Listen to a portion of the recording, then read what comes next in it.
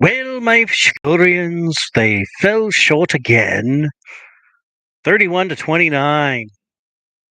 However, Shadur threw for 364, 3 touchdowns, one INT, one bad INT.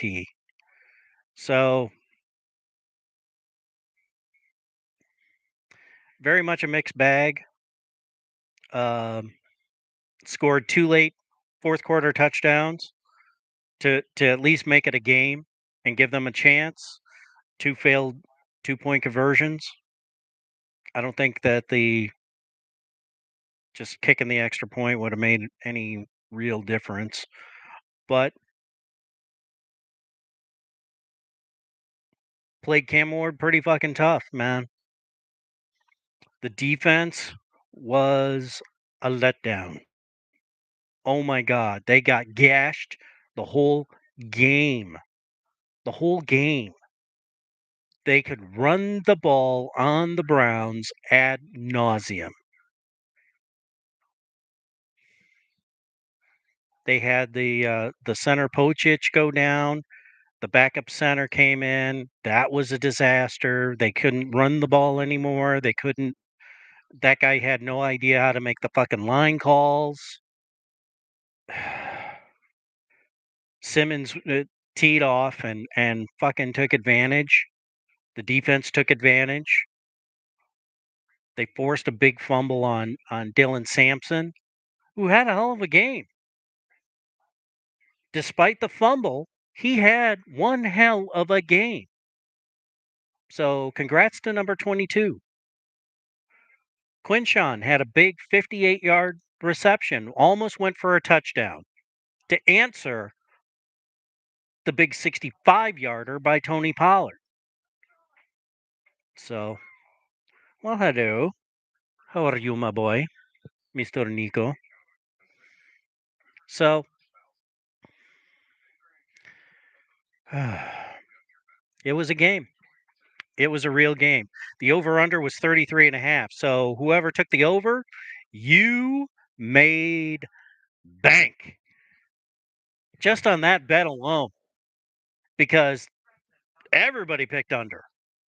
You had two of the worst offenses in the fucking league. And the Browns were actually playing reasonably decent defense going into this goddamn contest. Oh, now the naysayer is going to be, well, he didn't complete 700,000%, so he sucks. Well, he made pretty good fucking plays, I would say. Throwing for 364 yards doesn't fucking just happen.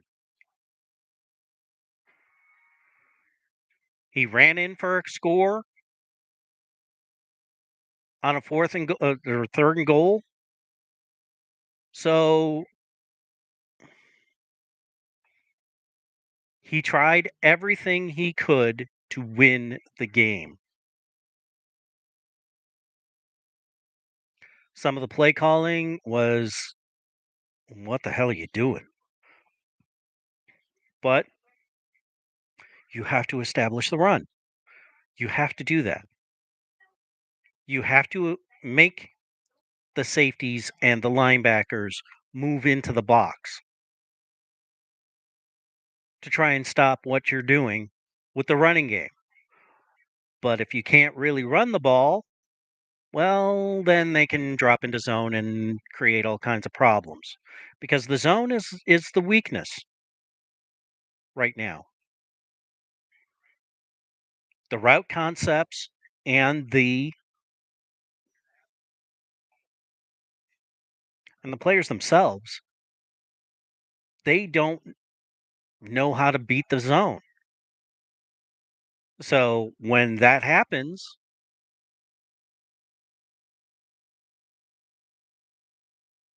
you get turnovers, you get tackles for loss, you get kinds of things happening. So, but I don't I don't know why the lighting is so bad, but now going back to a day earlier, the debacle in Indianapolis. Once again, Ryan Dunce gets pantsed. And this time he didn't get anal fisted by Sharon. Oh no. He got prison sexed pounded up the ass by Indiana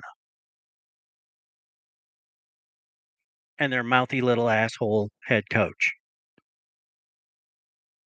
They did enough to win the game. The Buckeyes did not. They failed miserably. Bad fourth down calls. Bad. Ridiculously fucking bad fourth down calls.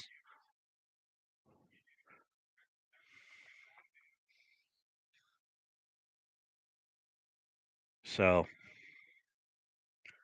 they made too many mistakes. There were too many crucial penalties. There were too many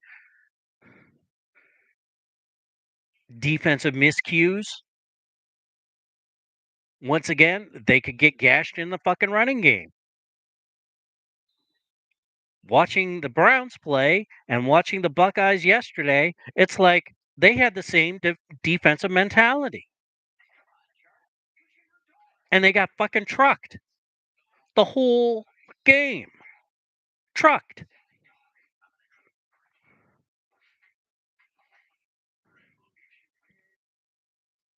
Ridiculous.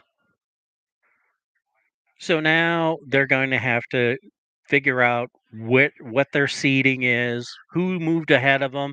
You know, the goddamn committee is more than happy to drop them to fuck from first to 10th.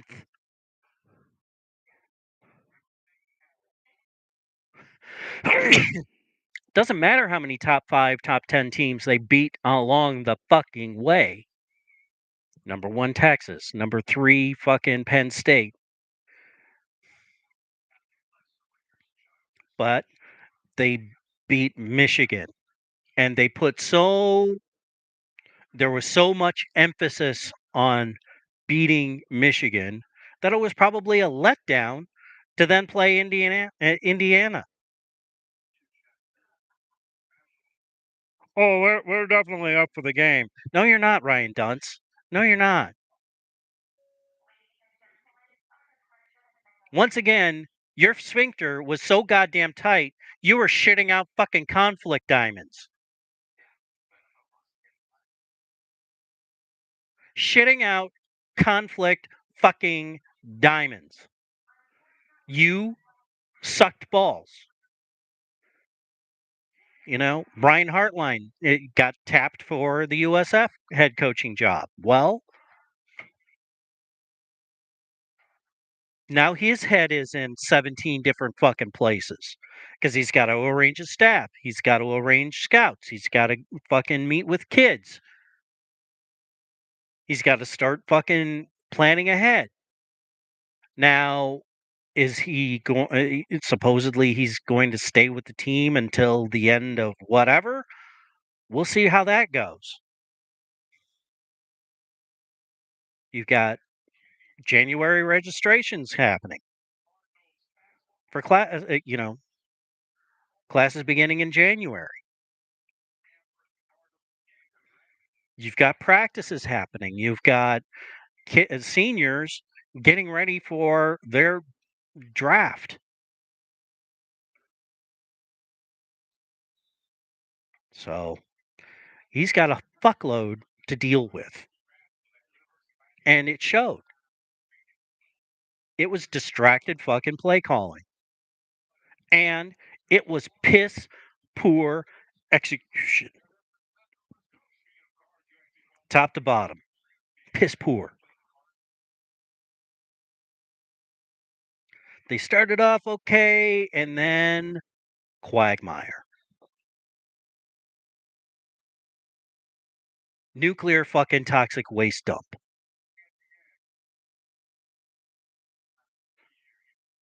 They deserved to lose by how they played the fucking game.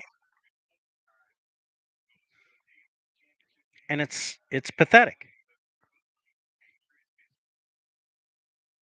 So I don't know what this team is going to do in the playoffs. I really don't. I don't know who's going to play, who's not going to play, how seriously they're going to take the push.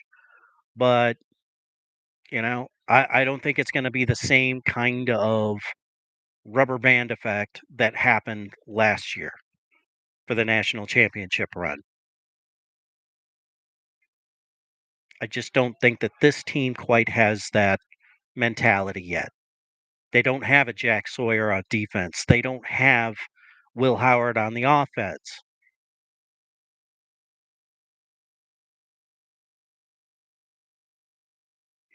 That was crucial. We'll see how Julian responds to this. This is his first loss as a starting QB in the NCAA. So how he responds, I don't know. We'll find out. Hopefully it's like when he throws a pick and then comes right back and does some shit. Does some of that quarterback shit, to paraphrase the Top Gun quote. So I don't know what to expect from the Buckeyes going forward. Panthers were on the bye, so I was able to sit back and watch this game completely. Luckily, the links worked today, and I was able to watch. I saw the Ward TD, and then I saw the 65-yard run in the first quarter, 14 nothing. Like, what the fuck? So, we'll see what happens on Monday. We'll see what the naysayers have to say after this one, because they'll be out in droves. Oh, see, he can't even beat a one-win team. Well, the whole team made that one-win team look like an 8-win team or a 9-win team. When you do that, you will lose 100 out of 100 times. The will of Shedeur Sanders kept that game close late. He got two big touchdown drives to keep that game close. Now, they went for two, and was that the right decision? Well, he's never run a 2-point conversion before, or he has very little experience with 2-point conversions. Did they call the right plays? Clearly not, because they weren't successful. That's how you gauge that shit. Were you successful? Did you put points on the board or did you not? If you didn't, you fucked up somewhere. Someone fucked up somewhere. In many cases, it's because of its being a total clusterfuck, where multiple individuals contributed to the failure. Well, we'll see what happens, but it was fun to watch. It was fun to watch. Wish I could have bet the over on the points. Would have been a nice little goddamn payday. All right. That's it for now. See y'all next week when the Panthers play.